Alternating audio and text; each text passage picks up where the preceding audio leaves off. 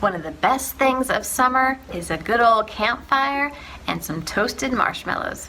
Today, I want to share with you how I make a homemade marshmallow that's naturally sweetened, and this simple recipe is healthy and nourishing.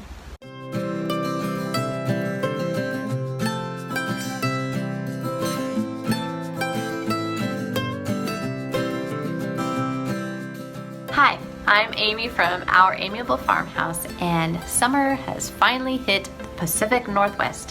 Where I'm at here in Oregon, we've had kind of a cooler spring and it's been really wet, which is great, but we are ready for that summer weather, and it is finally getting warmer and the kids are able to get out in the pool and do some swimming, and my garden might actually start to do something if the slugs would leave it alone and quit eating it. So, oh yeah, note to self, I gotta go replant the cucumbers. Anyways, we're not here to talk about that. We are here to talk about homemade marshmallows and how you can make them really fast. You can whip them up in 5 minutes and they are healthy and nourishing.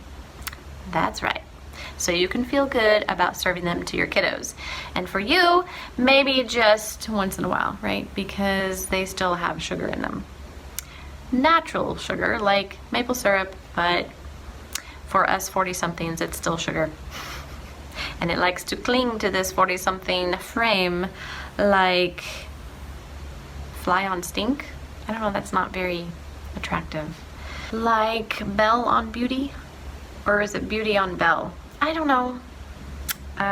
We'll just go with I'm 40-something and can't eat sugar like I used to because the metabolism is just not going to process it. Anyways, back to the recipe. Campfires are so much fun. You can even do it in like a little fire ring or little fire pit on your deck, and just gather around as a family in the evening and have some conversation. But the kids really are just there for the toasted marshmallows. Let's get real.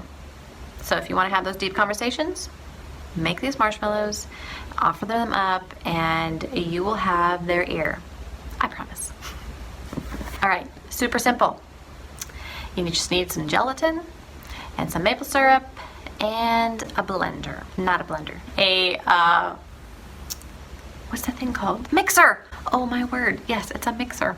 So why do I make them homemade? Well, because have you read the ingredient label? I find myself saying that a lot.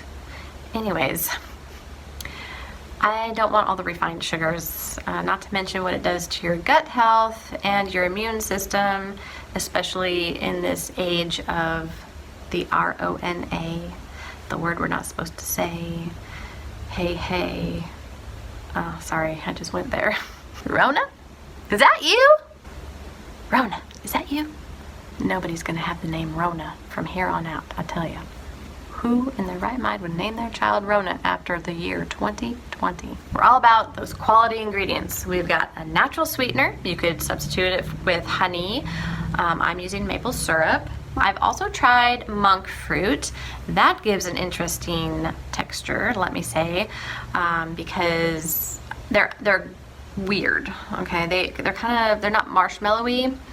They're very spongy, and but they did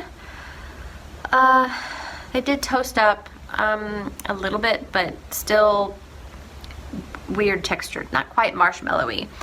But they're sugar-free, like 0 calorie and full of protein, so you can't go wrong with that. It's like a freebie. And then I also tried to dry them out so that they would be better at toasting. And when you leave them out like several days, 3, 4, 5 days, they become this very weird texture. Like they almost dehydrate completely and get a little crunchy. Almost like those tiny marshmallows that you find in the cereal that I don't buy for my children anymore. That they seem to covet and want every year on their birthday. On that note of dehydrator, don't try and dehydrate your marshmallows thinking that, oh, I'll just help them along and dehydrate them so that they get this outer crust, kind of a dryness, so that you can roast or toast them over the open campfire. yeah, not a pretty sight because it became a pool of gelatinous mass, basically. Yeah. So you just have to have patience, that thing that is a virtue of which I do not possess any longer. Yeah, anyways, you gotta have patience. Let those marshmallows dry out for several days and they will get, dry out like in the open air, naturally, without any help from an oven or a dryer, because it's not gonna work. And they get this nice crust. You can toast them and they're good. Mom's a hero. Here's the tutorial. Let's get started. Basically, to the bowl of your mixer, simply add 1/3 cup of cool water and sprinkle your gelatin over it. And this is going to cause it to bloom. Yes, that's what they call it. I don't know why.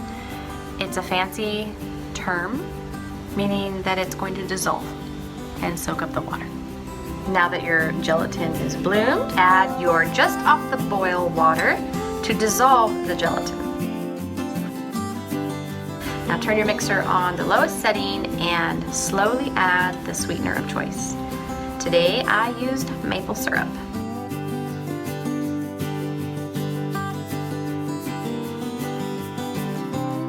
Also add the remaining ingredients, your salt and vanilla. Don't skimp on salt.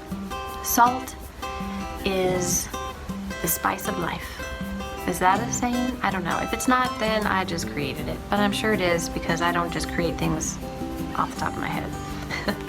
But salt helps, I'm telling you. It's kind of like a pop of color in decorating. Well, salt is the pop of flavor in your food.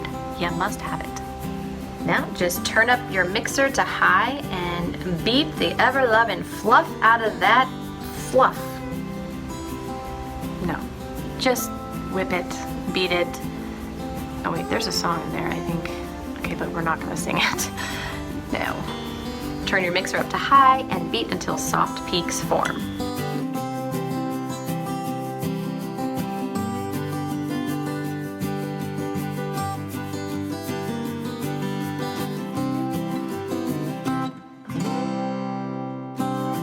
Now, I find that the longer you beat it, the stiffer the marshmallow fluff will become.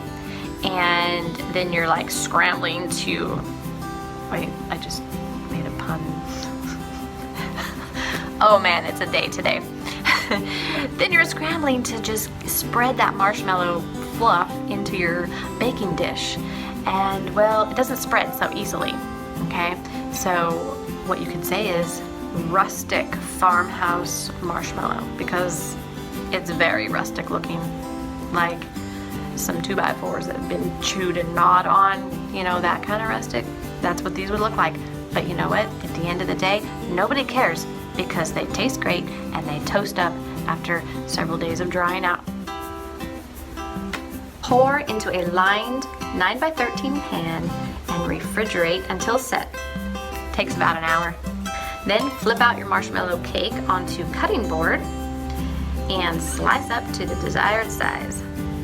You can store your marshmallows in an airtight container in the fridge or freezer. I let mine set out. I just cover like a tea towel over it and just let them set out for about 3 days or more, depending on the humidity. Right now it's drying out, not so rainy every day, so it would probably take 2 to 3 days to get a nice crust on the outside, and that's what you want so that you can toast them. But of course these marshmallows are good right away in your hot cocoa, cup of tea, or just snacking when you walk by and smell the deliciousness and just need to have a taste, especially when no one's looking. You can also toss these in powdered sugar, cornstarch, arrowroot flour, powder, whatever you want. Not powder, like arrowroot powder, but not like face powder or something. That would be weird. I know you know what I meant. Okay. So you can toss it in that so that they don't stick together and they store easier. I usually don't. I usually skip that step unless it's winter and I'm using them for marshmallows. Then I will toss them in a little bit of arrowroot flour so that they will keep well and not stick to one another. But when I'm drying them out for summer campfires, no need. Now, I have tried making like a marshmallow fluff, not beating it past that soft peak stage, and trying to make a DIY homemade marshmallow, what are they called? Those crispy treats, Rice Krispie treats. I used some organic brown Rice Krispies, and I stirred in my grandeur marshmallow fluff, and here's a little bit of the reactions I got when the kids tried them.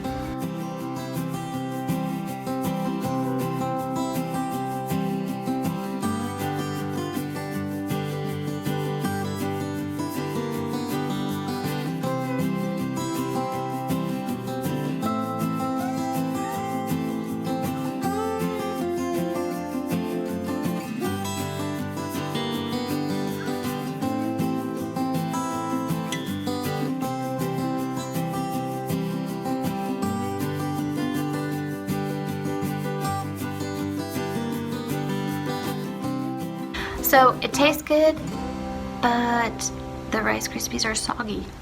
I don't know what I did wrong. I may have to go back and figure that one out. Although, if you know how to do that, leave a comment below and share with me your recipe, because maybe I'll try it again. It didn't really work out for that. But it does make great marshmallow fluff. I've used this marshmallow fluff for decorating cakes when I made a frozen cake years ago for my girl's birthday, and that went over really well. I used it to make like trees, you know, to mimic frozen trees or trees that had snow all over them, and that was a real hit.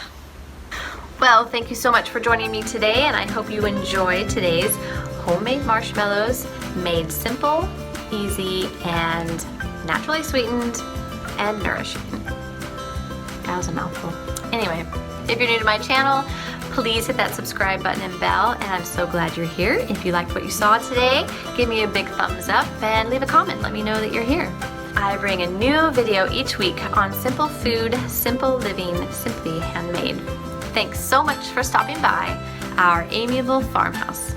See you next time. Don't be suspicious. Don't be suspicious. Don't be suspicious.